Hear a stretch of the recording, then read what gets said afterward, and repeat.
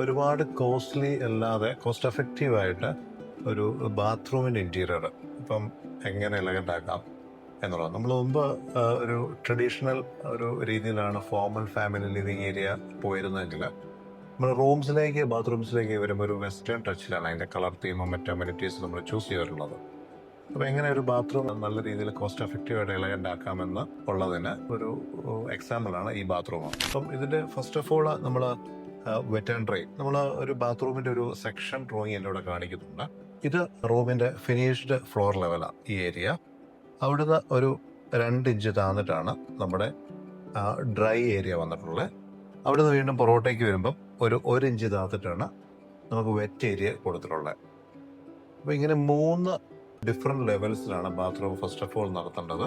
പൊതുവിൽ എല്ലാവരും തന്നെ ഇപ്പോൾ പ്രൊവൈഡ് ചെയ്ത് പോകുന്നത് അങ്ങനെയാണ്. ഇതിൻ്റെ സെക്ഷൻ ഡ്രോയിങ്ങുകൾ എന്നോട് കൊടുക്കും. എത്ര ഹൈറ്റിൻ്റെ അളവുകൾ പോകണം, അതിനടിയിൽ കൂടെ പൈപ്പ് പോകുമ്പോഴത്തേനും എത്ര ഹൈറ്റ് നമ്മൾ മിനിമം ഡെപ്ത് മെയിൻറ്റെയിൻ ചെയ്യണം, ഇതൊക്കെ ആ സെക്ഷൻ ഡ്രോയിങ്ങിനകത്തുണ്ടാവും. ഇതിൻ്റെ ഒരു കളർ തീം നോക്കിക്കഴിഞ്ഞാൽ നമ്മൾ ആദ്യം ഒരു കളർ തീം തന്നെ നമ്മൾ ചൂസ് ചെയ്യേണ്ടതായിട്ടുണ്ട്. ഒബ്വിയസ്ലി മിക്കവാറും സാനിറ്ററി വെയർസ് വൈറ്റ് അല്ല ബ്ലാക്ക് ഒക്കെ ആയിരിക്കും മോസ്റ്റ്ലി അവൈലബിൾ ആയിട്ടുള്ളത്.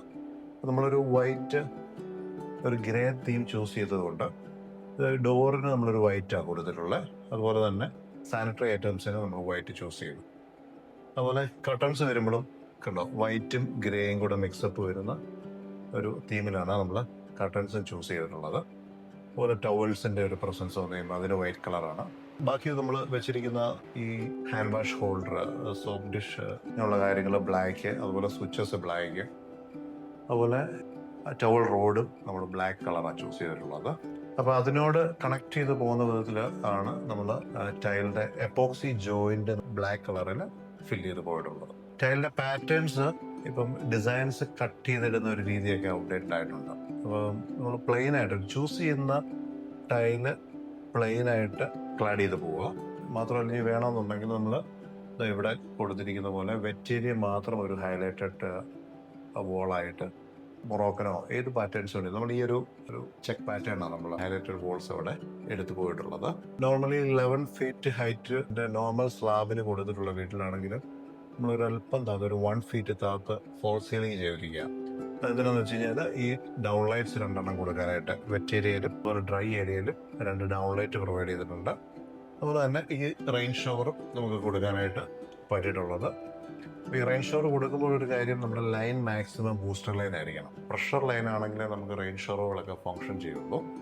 അല്ലെന്നുണ്ടെങ്കിൽ വളരെ ലോ പ്രഷറിലായിരിക്കും നമുക്ക് ഷവറിൽ നിന്ന് റെയിൻ ഷവർ ചൂസ് ചെയ്യുമ്പോൾ നമുക്ക് വെള്ളത്തിൻ്റെ അവൈലബിലിറ്റി ഉണ്ടാകുക. പിന്നെ മിക്കവാറും ഗ്ലാസ് പാർട്ടീഷൻസ് വെറ്റും ഡ്രൈയും തമ്മിൽ കൊടുത്തു പോകാറുണ്ട്. അപ്പോൾ അത് ഇച്ചിരി കോസ്റ്റ്ലി ആയതുകൊണ്ട് ഓൾമോസ്റ്റ് 22,000 പ്ലസിലേക്ക് കോസ്റ്റ് വരും. വളരെ കോസ്റ്റ് എഫക്റ്റീവ് ആയിട്ട് നമുക്ക് ഈ വിനൈൽ കർട്ടൻസ് നമുക്ക് കൊടുത്തു പോകാം. അപ്പോൾ ഈ കർട്ടൻസ് വരുമ്പോൾ കണ്ടോ, കർട്ടൻസിൻ്റെ വെളിയിൽ ഫാബ്രിക്കും അകത്ത് അതിൻ്റെ ഒരു ലൈനർ പോലെ ഒരു പ്ലാസ്റ്റിക് ഫോം കൊടുത്തിട്ടുള്ളത്. അത് കർട്ടൻസിൻ്റെ കൂടെ തന്നെ നമുക്ക് അവൈലബിൾ ആയിട്ടുള്ളതാണ്. അപ്പോൾ ഇതിലോട്ട് കരിമ്പനടിക്കുന്ന പ്രശ്നമോ വെറ്റാവുന്നൊരു ഇഷ്യൂ ഒന്നും ഈ ഫാബ്രിക്കിന് ഉണ്ടാകുന്നില്ല. സെയിം ടൈം നമുക്കിത് ഇവിടെ എപ്പോഴും അടച്ചിങ്ങനെ ഇട്ടേക്കാം. ഈ പറയുന്ന പോലെ ഒരു ചപ്പൽ പോലും ഇല്ലാതെ നമുക്ക് പെട്ടെന്ന് കയറി ഇറങ്ങാനൊക്കെ പറ്റും. ഇതുപോലെ സെപ്പറേഷൻ നമ്മൾ കൊടുക്കുകയാണെന്നുണ്ടെങ്കിൽ ഷവർ ചെയ്യുന്ന സമയത്ത് നമുക്ക് പാസ് ചെയ്യുന്ന സമയത്ത് കയറിയാൽ മതി അകത്തേക്ക്. നമ്മുടെ വാഷ് കൗണ്ടർ ഈ പറയുന്ന പോലെ ഓവൽ ഷേപ്പിലുള്ള വാഷ് കൗണ്ടർ കൊടുത്തിട്ടുണ്ട്. നമുക്ക് ഇതിലും ചെറിയ 18 ഇഞ്ചിലൊക്കെ നമുക്ക് കിട്ടുന്ന വാഷ് കൗണ്ടേഴ്സ് മുതലുണ്ട്. ഇത് ഓൾമോസ്റ്റ് 24 ഇഞ്ച് വരുന്നുണ്ട്. നമുക്ക് ഓവൽ ഷേപ്പിൽ ചില ബിഗ് സൈസിലായിരിക്കുന്നത്. പിന്നെ വുഡൻ തീമിൽ തന്നെയാണ് ലാമിനേറ്റ് പ്രൊവൈഡ് ചെയ്തിട്ടുള്ളത്.